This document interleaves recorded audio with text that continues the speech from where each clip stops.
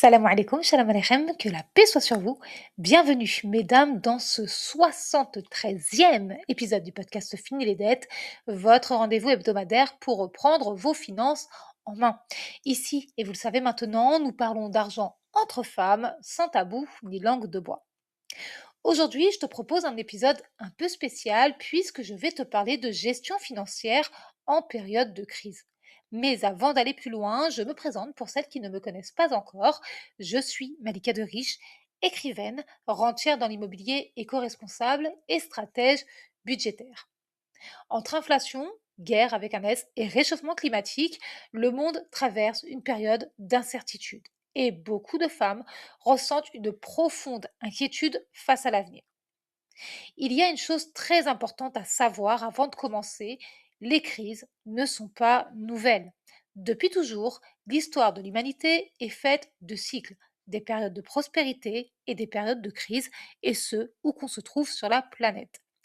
Parce que ces périodes de crise existent depuis toujours, il existe aussi des stratégies financières pour traverser ces moments avec plus de sécurité et moins de peur. Si tu as envie d'en savoir plus, installe-toi confortablement, abonne-toi si ce n'est pas encore fait et pense à partager cet épisode à au moins une femme que tu connais. Je suis certaine qu'elle te remerciera et moi aussi. Ce 73e épisode du podcast Fini les dettes se compose de 3 parties. Partie 1, une crise sans panique est-elle possible? Partie 2, stratégie anti-crise. Partie 3, bilan de l'épisode et défi de la semaine. C'est parti. Partie 1. Une crise sans panique est-elle possible? Je vais répondre tout de suite à cette question. La réponse est oui. Oui, il est possible de vivre une période de crise sans vivre dans la panique permanente. Et pour comprendre ça, prenons un peu de recul et regardons l'histoire récente. Nous avons déjà traversé plusieurs crises majeures. La crise financière de 2008, la crise sanitaire mondiale de 2020, la crise inflationniste et énergétique depuis 2022. À ce propos, selon l'INSEE, en France, l'inflation a atteint 5,2% en moyenne en 2022, un niveau que beaucoup de ménages n'avaient pas connu depuis plusieurs décennies.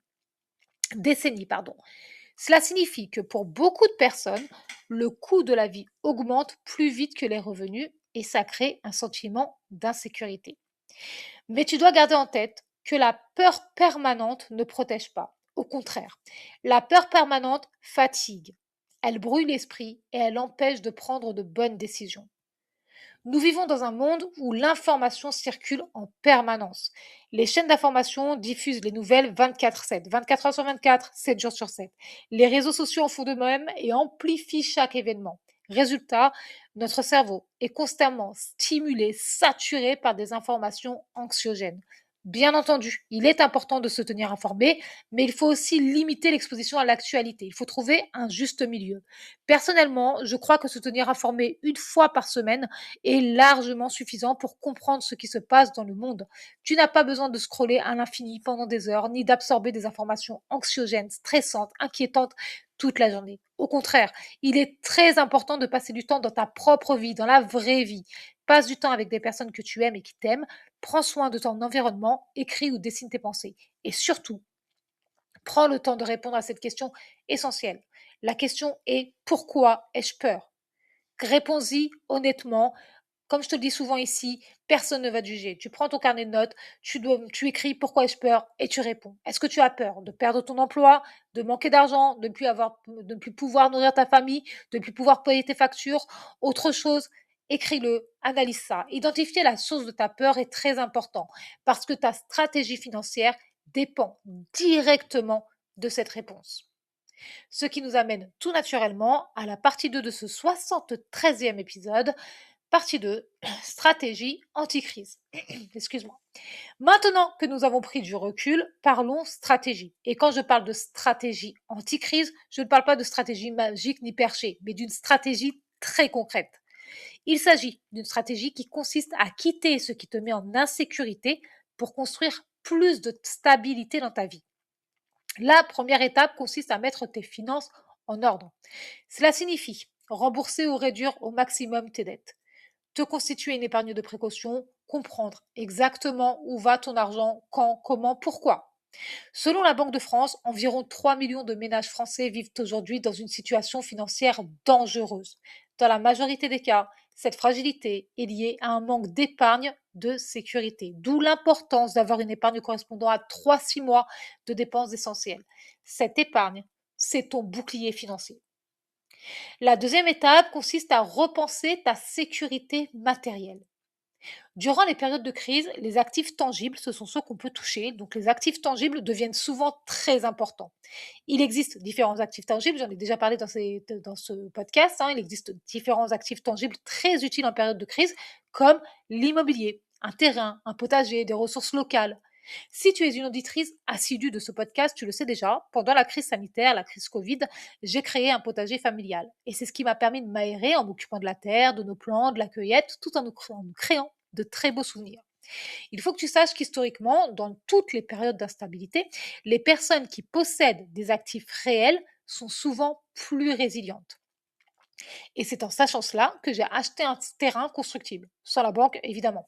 Sur ce terrain, il y aura des maisons éco-responsables que je développerai en LCD, en location courte durée, mais aussi des fruitiers, un potager semi-permanent et d'autres choses dont je te parlerai dans un prochain épisode.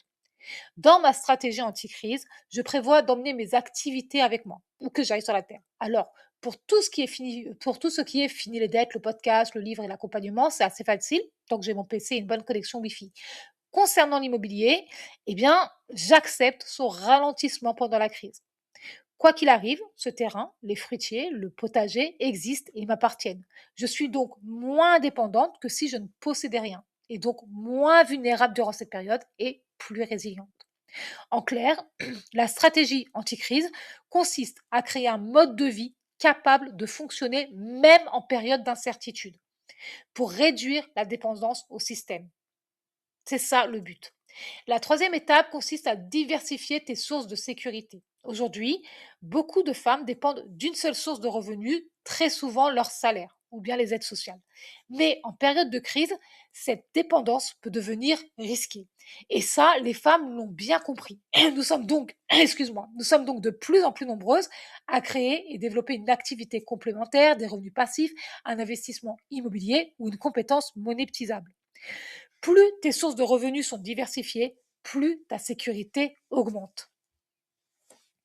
Passons maintenant, je suis désolée, partons maintenant à la partie 3 de cet épisode, bilan de l'épisode et défi de la semaine. Voici, voici les 3 choses importantes à retenir de ce 73e épisode du podcast Fini les dettes. Petit 1, les crises font partie de l'histoire de l'humanité où que tu te trouves sur la planète. Petit 2, la peur permanente ne protège pas, elle t'empêche surtout de réfléchir et d'agir. Petit 3, il est possible de mettre en place une stratégie anti-crise pour renforcer ta sécurité financière. Passons maintenant au défi de la semaine. Pour ce défi, je te propose de répondre dans ton carnet à 2 questions. Si une crise économique majeure arrivait demain, qu'est-ce qui me ferait le plus peur? Prends le temps d'y répondre sans avoir peur du jugement, c'est de toi à toi, sois honnête. Deuxième question, quelle est la première action que je peux mettre en place dès cette semaine pour réduire ce risque, même d'un tout petit peu? Ça peut être commencer par une épargne, ça peut être commencer une épargne de sécurité, réduire une dette, apprendre une nouvelle compétence ou simplement mieux comprendre ton budget. Garde en tête que la sécurité financière ne se construit pas en un jour. La sécurité financière se construit pas à pas. Cet épisode est maintenant terminé. Pour aller plus loin, je t'invite à découvrir mon livre Fini les dettes. Tu trouveras le lien dans la barre d'infos. On se retrouve ici même mardi prochain à 14 heures. En attendant, prends grand soin de toi et de tes finances et n'oublie pas, la réussite est entre tes mains. Bye bye!